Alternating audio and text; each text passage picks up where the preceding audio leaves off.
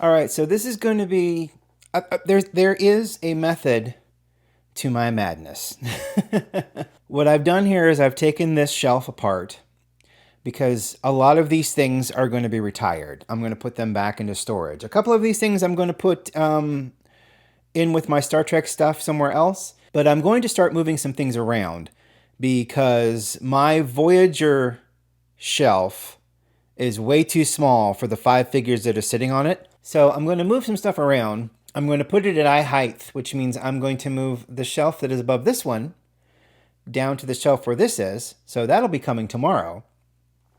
And then I'm going to go over to the Voyager shelf and I'm going to show you everything that's on that shelf. And then I'm going to put it on the wider shelf because it's basically on a corner cabinet. And I'm distinguishing cabinets from shelves because the shelves are the longer ones that I've been doing in the past. And last week I did a enclosed glass cabinet, which had the Star Trek ships on them. So that's kind of how I'm distinguishing it. So let's get started here. Okay, I've zoomed in, so we'll just start on the mug right here. This is actually a 2-pack, so I guess we'll go with both of them. This is, of course, Wolverine from the X-Men movie, and Wolverine from the comics. This was a 2-pack. My best friend bought it for me for Christmas, which I thought was amazing, but it's been many years ago, and unfortunately the packaging has been lost to mice. The house that we lived in prior to this brand new one had a little bit of a mouse problem in the basement, and even though we took care of that, unfortunately they ruined several boxes with several toys that I had, and some of them were thrown completely away. I just thought that these were too neat to get rid of, to be honest with you. And it's really funny because vinyl suit, cloth suit, you know, and it's fine. I think that these little booty covers are hilarious. The articulation is very interesting. I'll just put him down and show you they're both the same articulation. So he's got his claws here, which are rubber and I don't know, a little ridiculous. Although I will say they are shinking out of the right place here, as opposed to him, where they're supposed to be between the fingers. But that's neither here nor there. Very rubber. I think the likeness is really good. I think the outfit, I preferred his brown-orange outfit to the loud yellow one, but, you know, that's just a me preference. Great articulation. Wrists move both ways. Elbow joints, arm joints, knees. The feet are funny because you can like do this with the feet, which I'm like, you know, why is that absolutely necessary? A little bit of a torso twist. The spandex kind of stops the torso twist. And I think, yeah, there's Velcro in the back, so you can undress him, I guess, if that's your thing. Whatever, you know. I like how they've made the fabric an extension of the blue plastic here to make it look like he's wearing gloves. The same with the boots. I mean, they kind of moves up so you can see his ankles, but basically the fabric's supposed to be an extension of the boots to go up over the yellow spandex. But yeah, and then we've got this vinyl thing. Basically the same articulation, except you have a huge, jacked man who doesn't want to speak to you right now. Moving on to these other figures, and we'll talk about the reason why they're not in boxes in the middle. But here's Spider-Man. These are from Toy Biz. These were a big KB Toys set of figures. They had a whole large line of them, and the boxes were like all different shapes and sizes and colors and whatnot. Spider-Man here, one of the more articulated ones because he's got a slight chest twist and movement that's really not all that great. Hip movement, arms. He's thwipping right there. More of a darker colored suit. Looks great. I think his chest is a little too huge. I mean, that's got to give you some back problems, you know? Spider-Man and Moon Knight here and Daredevil in the back, they are all articulated the same way. Except Moon Knight here, incredibly brittle. So deeply brittle. I mean, comparatively. And I think even from Daredevil, he is such a brittle, hollow feeling plastic. Behold the power of Moon Knight. His feet are even hollow. I mean, his torso does not twist. His knees do go. His legs, or his feet do bend so you can pose him fairly accurately. But yeah, he is like the most brittle out of all of these Toy Biz figures. I can already see this is going to be a bit of a struggle with these people sitting up here in the front. But here's Daredevil. I may have to move them all back when it comes to the other things. He is fairly fragile as well, but he doesn't feel as brittle. I mean, his head's gone back like that. That's really weird. And he's got a staff when I believe he had 2 billy clubs, I think, that he could thwip through the air with. Feet, fairly good. I mean, he's got this very hollow feeling to him. These don't have boxes, basically because in October of 1999, my apartment burned down while I was at work. And I lost... I didn't have an extensive collection of anything, but I did have toys that I really liked. And a lot of them burnt up. All of the boxes that these came in, these Toy Biz figures, are burnt. They're gone, completely gone. But I was able to keep and save the figures. And they just have had a place on my shelf up until now, and now I need the space, so they're going to go back into storage. Since they've decided not to behave, I'm going to move them to the back. So, here's Beast. He is I have 2 big chunky figures that I really like from Toy Biz, and there's his feet, and there's him with no eyes. Head moves fairly well. He came with a little bar that his hand wrapped around, and then it had a suction cup, so you could like hang him and he would swing, just like Beast would normally do. But box, long gone, lost to a fire. It's funny because you can see the interesting rubber is a different color from the rest of his body. But that's just the way rubber goes against plastic anyway. But yeah, there is Beast. Here's the other really cool one that I really enjoy. This is Vision. This is the original Vision. The way he looked back when, before this was an Infinity Stone, I think, and yada, yada, yada, and blah, blah, blah. So back in the old cartoon comic book days. But yeah, so this is Vision. He's got his cool cape. I mean, if you watched WandaVision, you saw Vision dress up like this for Halloween. Just like you saw Wanda dress up as the Scarlet Witch for Halloween. He's super cool. I really like him. This comes off and on pretty well. I love the flow of the cape and the collar, the big heavy collar. He just has a really commanding presence. His feet, not as articulated, but far chunkier, far more substantial, a lot less brittle. And he's got, movement around here on his On his shoulders, minimum. His wrists don't move, but his elbows do. Knees do move. Moves at the hips. But yeah, there's vision. I figure I'd just get these out of the way because they're pretty straightforward. Here's your health potion. Here's your mana potion. I bought them at a Renaissance festival. Something else I'll get out of the way while we're here. These are McFarlane figure stands. I showed you the first one, which was Jean-Luc Picard, that I did not enjoy.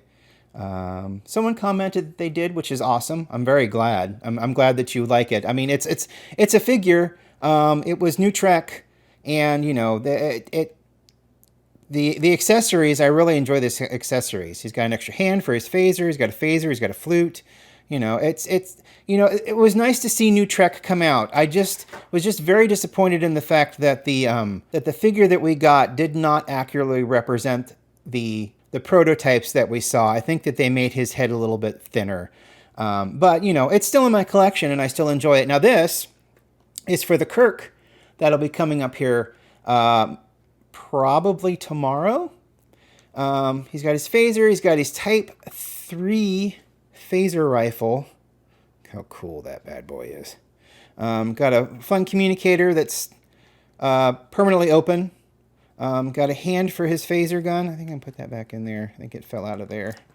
Yep, I was right. Fell right out of there. So these are the plastic forms that were around both of those McFarlane toys, Kirk and Picard, that I've got on display. And I'm keeping them around because they hold their accoutrements very well. So these will go back into storage. So we'll pull out the Warcraft now. I love World of Warcraft. I've been playing World of Warcraft since 2004. It was just before the first expansion came. Well, not just. Maybe a couple of, maybe like 6 months before the first expansion came out. Our guild was playing City of Heroes, which still exists, by the way, but in a different form. But we were playing City of Heroes, and the guild was like, you know, we're moving to World of Warcraft, and I'm like, what is that? And I had played the Warcraft, were they RTSs? Is it an RTS? You know what? The nomenclature befuddles me. But yeah, there's two big words for you. Thank you. And so I got this back in the day, and I've already used this code, so the code's already been used. I've already collected the pet. So, but yeah, so this is a little Griffin hatchling. Adorable little thing. Let's see. Please remove all tags before giving the toy to children. What a great idea. Who would have thought? Yep, binds when picked up. Look at him, and he's adorable. I just thought he was so cute. They had this, and they had the Wyvern from the Horde side, and I played primarily Alliance, because back in the day, you couldn't have a Horde character on the same server, if I'm remembering correctly. Okay, so you remember the remarks I made about the Cricket Phaser a little bit ago on another dusting video. Well, here is what it actually came in. This one does not work. The batteries, unfortunately, in this exploded, so the battery compartment is just encased in battery acid. But I've removed the batteries. I've tried to scrub it out as best I could, but you know, the battery sat in there for that many years, and they're just little watch batteries, LR44s. The other one works perfectly, which is great. I need to take the batteries out of that, actually. But you've got your little instruction manual. Yeah, it was just a keychain holder. But it turns out, best representation of a Cricket Phaser that they put out. And, you know, back in 1994. So this is just basically the box that medical tricorder that Robert Picardo signed for me came in. I just like the box. I think the box looks really cool. So I had it on my, you know, what is Spider-Man back there doing to Daredevil? I just had it on, look, that's a little shinier than the Playmates representation that we get, but that's okay. But yeah, that's just the medical tricorder that Robert Picardo signed. It's the box. Ooh, that's naughty. That's not supposed to light up. This is Dargo, the Luxon Warrior. Contains Dargo, Quathla Blade, Tokar Knife, and Shilquin, which is a musical instrument that he plays a couple of times on the show. But yeah, Looks pretty good. I really like Farscape. I'm never going to be as deep into Farscape as I am into Star Trek. But I played Dargo. The Star Trek group that we were playing, the Star Trek D&D group that we were playing with there for a little while, had a little bit of an expansion that included Luxons. And I'm like, hell yeah, I'll play Dargo. So I just got a physical representation of him to play while we were playing the D&D game. And I do believe I got him killed. After like 4 or 5 months of playing him. So, which, is basically the point of D&D, is to get killed. So I'm going to go back wide for this one. So this is obviously the game Crawl from Parker Brothers. We went to the Crawl RiffTrax. It was really great. They riffed Crawl live down in Nashville. And this was a prize during the VIP event for a cornhole match that we had in the bar area. Now, if you don't know what cornhole is, look it up, because I can't explain it. It's a game. You throw bean bags through holes, and it's somehow popular. So, who do I have here? Well, I've got Kevin Murphy, to the champs. I've got Connor Lastonka. Oh, it's so terrible, and I feel so bad. But Connor, one of the writers for RiffTrax, he wrote glaive on there because he, of course, throws a glaive. There is Mike Nelson, who was incredibly competitive. Now, I would assume, as a fan, he was being competitive as a means of just being funny. But I think he was being competitive also because he is incredibly competitive. That's Sean Tomlinson, who is another writer. Korn, that's Bill Corbett. And then there's Bridget signing on his hairy chest. How hilarious is that? Maybe at some point I'll open this up, and then maybe at some point someone in the comments can tell me how to play it. They tried to play this game or tried to figure out how to. Couldn't do it. The instructions are indecipherable. Yeah, it includes a 3D Prince, Colwyn, and Beast figure. Oop. Oh, just moving everything around. So yeah, here's the back of it. Yeah, so they couldn't find a wiki online to figure out how to play it. 2 to 4 players, ages 8 to adult. There's the Beast, and then Prince Colwyn, who had the glaive. And last but not least, here is Star Trek Generations, the widescreen edition on Laserdisc. So a lot of you are like, oh, you guys in the back, sincerely. What is a Laserdisc? Well, a Laserdisc is a giant record. And I'm going to pull it out here now. A dear friend of mine gave me this because he had a Laserdisc player. He had all of the cool, fun stuff back in the day. And yeah, they're basically just giant plates. Look at me. You can see the light. You can see me. You can see the rainbows. So yeah. Side 1, side 2. I believe this is side 3 and side 4. I almost want to say he had a Laserdisc changer. Where you can just like line up a bunch of Laserdiscs in a row and just have them play simultaneously. Program material has been recorded only on other side of this disc. So that disc has nothing on it.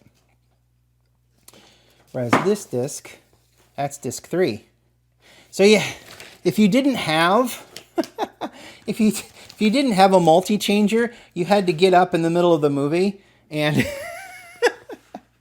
and change the disc. Change the disc in the middle of the movie. Isn't that crazy?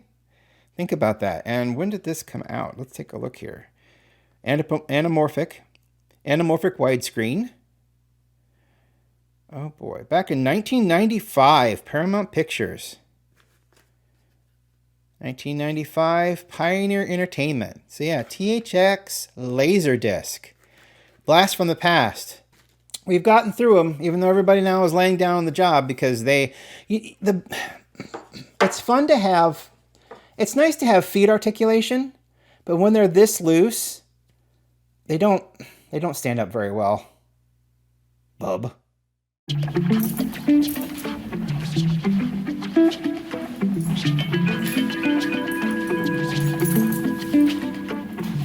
You